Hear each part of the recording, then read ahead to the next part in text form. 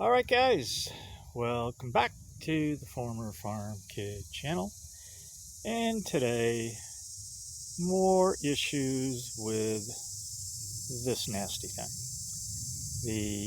I call it a weed eater, string trimmer, whatever you want to call it. Just to keep it simple, I'm going to call it a weed eater. That's what I grew up with, calling it that. This thing doesn't actually have a name. Everybody calls them something different. And my problem is, if you've watched my previous video, this thing today actually will not start. And again, if you watched my last video on this machine right here, it was running like a Ferrari. It was running as good as it has run since I had it, because I was able to adjust these two valves, these two mixture screws. And by the way, as you can see, I modified it. You can see this in my last video by cutting slots across here so that I could use a flat screwdriver to work on those. And you can buy those proprietary little tools that fit that.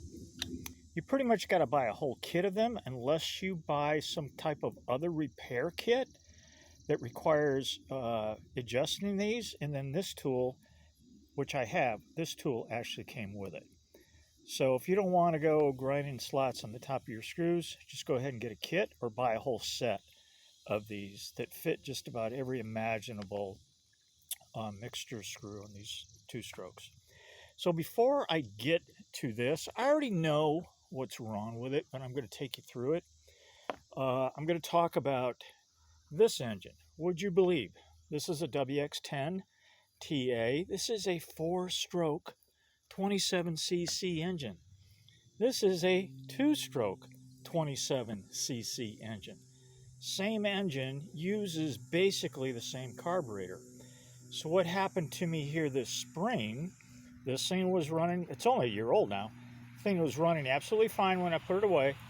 When I took it out to use it this year, and of course I had drained the gas out of the tank, but what I had not done was take the squeeze bulb and press out as much fuel as possible with an empty tank out of the carburetor, and then disconnect the line and just kind of blow through it.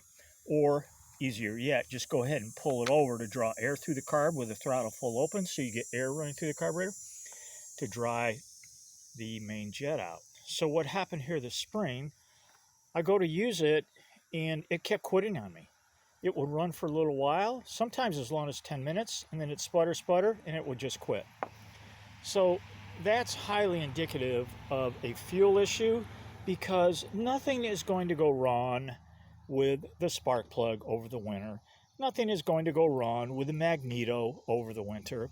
And unless I have a mouse build a house in here, nothing's going to go wrong with the air.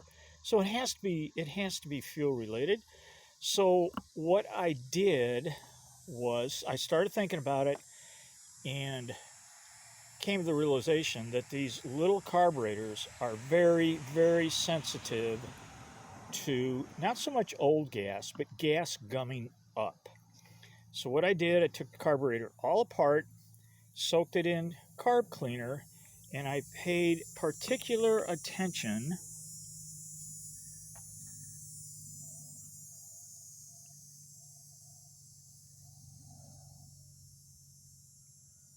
to the needle valve, this right here, which gets locked into the activation lever right here, which has a spring that works. This little lever presses on a diaphragm. I'm going to actually show you what that looks like. Here is basically, it's not the same carburetor, but it's close enough. And what you see here is what I was talking about. This is the main needle valve right here, and it is activated by this little lever. And manufacturers have made a bit of an improvement on that, is that this piece now has fingers to not only bring it up, but to force it back down so that it does shut off and can't get stuck in the open position. So what I did, took this carburetor all apart. I soaked the big pieces in carburetor cleaner, and I took these little pieces and I got like a soda bottle cap, filled it with carb cleaner, and soaked them in that. I also, most importantly, pulled out the main jet. This tiny little thing right here, it's got a stem on it, is the main jet, which basically feeds the engine. Can you imagine any type of gumming going on inside of there? The percentage of clearance that would be affected, basically. So that's important to get clean too. Could you just take and squirt out of a can some carb cleaner? Yeah, probably. It might be worth a try, but it was pretty easy to get out. You have to be very careful because you only have that center hole to really fish it out. This has an O-ring around it underneath, which keeps it tight, doesn't screw in, it just pops out. And I wanted to soak it, so I soaked it and then I blew it out with compressed air. Be very careful to take this mechanism apart right here, the main needle valve is with this screw right here. So when you start loosening the screw, there's a spring. You can just barely see it underneath there. It's compressed. It's right there. When you take it apart, it's like a jack-in-the-box. It's going to want to blow up on you. So you need to be hanging on to everything when you loosen that screw, because it will try to come apart right away because it's under spring tension, and you do not want to lose that little spring. If you do, you are pretty much dead in the water. Believe it or not, these new carburetors, even with a kit, I picked this up for $17 on Amazon. There is another parts repair online place that they wanted $34.95 for just the carburetor. Now, is this a cheap knockoff? Yeah, it probably is, but you know what? For 17 bucks, it was worth a shot. So, at any rate, after I did that on my WX10, same carb. It's made a little bit differently. It has, well, it is constructed differently, but it has the same needle valve. So after soaking that, putting it all back, gave it a pull. She started right up, and it's been running like a top since. So getting the main needle valve nice and shined up, so it's letting in the correct amount of fuel, and the main jet made all the difference in the world. And there's some other ports when you actually soak this that are good to be soaked as well. So at any rate, that's kind of an aside. So back to the main issue today is my least little favorite machine, these two-stroke weed eaters. So it just wouldn't start. Again, I knew it wasn't going to be the magneto. I knew it wasn't going to be the plug. The plug was plugged in. There was no obstruction on the air cleaner. So it has to be something fuel related. So I started looking at it, and as you can see, I had replaced this line right here, which on my repair kit I'm going to undo because this line is a little bit off on diameter, and it does leak a little bit here. So I'm going to replace that today off camera, and I'm also going to replace the other line. So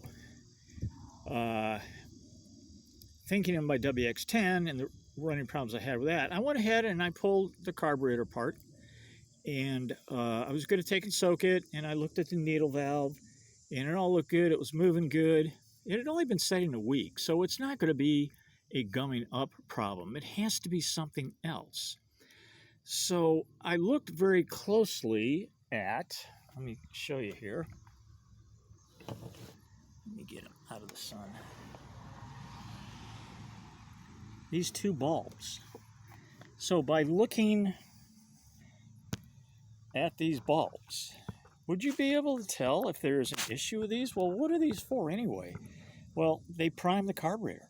They make sure that there is fuel in the carb. They fill the bowl so the doggone motor can run. So at any rate, here is my replacement, and here is the old one. And as you can see, they look exactly alike. Well, what happens is, this is the issue. If you look on the back side, this one, it's going to be hard to pick up on camera here probably, has this line right here, halfway around it. This one does not have that. So I started messing with this, and I can use my WX10 here as an example. There are two lines here. One is an intake to the carburetor. One is a return to the carburetor. How can you tell which is which? Well, here's the thing. If you see fuel returning to the fuel tank through this line, you know there's fuel coming up into the carburetor from this line, so you don't need to see it. And that's a new change. Back when this machine was made, some 12, 15 years ago, they let you see it coming and going. So in this machine, when I hit the bulb, and my bulb is off right now, the fuel comes up this line and returns to this line. Well, here's the thing. When you press on a bad bulb, your finger is causing pressure here, and you are sealing the fault in the bulb. So your return line, what was happening is I was seeing fuel go through the return line, but not coming up the intake line. And that is because when you let your finger off the bulb, it loses the air closure. You release your finger, and what it was doing was pulling air in. Look at that, pulling air in. Let's see if I can get this really good on camera. Pulling air in through that little gap right there. So the bulb was actually shot. And again, the symptom was not seeing fuel coming up. I saw some coming up. I saw some going down, but what it was doing was emptying the fuel out of the carburetor. So what I'm going to do here today, I'm going to put my new bulb on. I'm going to put two new lines on, and we're going to give it a go and see what happens.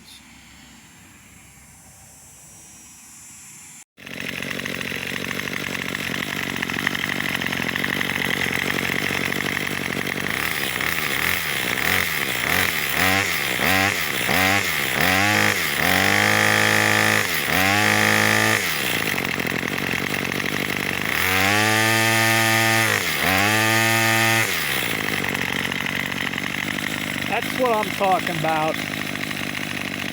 All right, guys, so we got her back together. I did have to take the tank off, which is a really simple procedure. It's just got screw here, screw down there. Really easy, because to get the lines through the tank are rather difficult. I did skip this little compression fitting on this side because this line is nice and rubbery. They're actually both nice and rubbery now, but this one should hold up. The dark one should hold up a little better. So I did save this other compression fitting in case it does start leaking, but I've tried it here now, and it's good and tight. In a year or two, when these start to get a little brittle, will I need to put that in? Perhaps. But it seemed like overkill for this time around, so I did leave it off. Full disclosure, I actually have these lines reversed.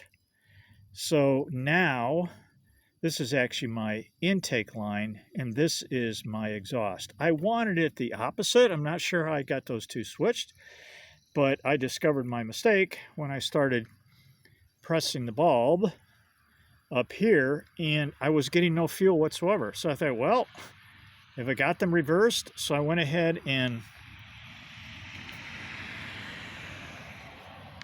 reversed them right up here, and first press or two, fuel started to come. So I go, okay, well, I got them reversed. So now this is my intake. I will have to make sure that I see fuel flowing through here, and all thing I'm going to see through here with red fuel through the yellow line are going to be bubbles, which is okay.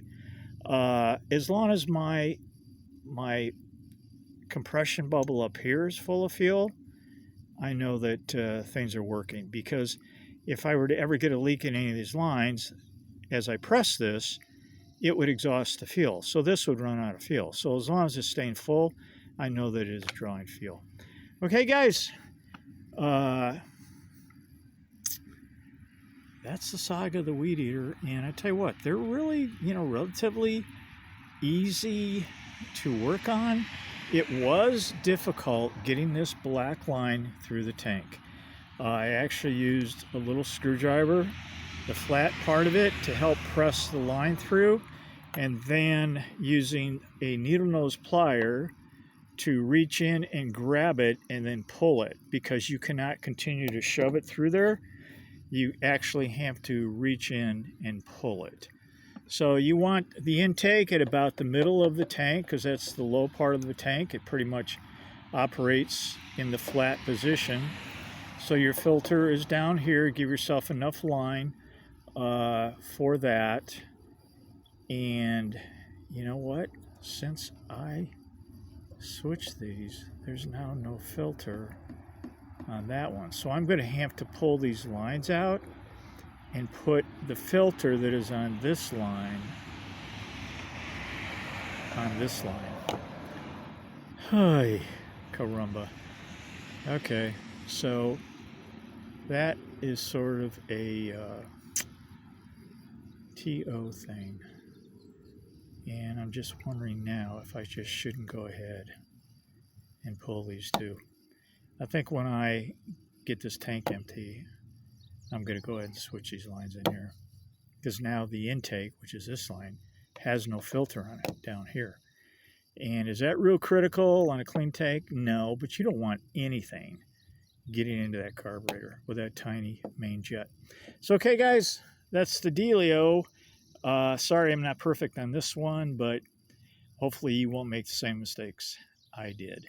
Any comments, questions, please leave them in the comments section. If you liked what you saw or it helped you a little bit, give me a thumbs up. God bless. Keep up the great work. We'll see you next time around.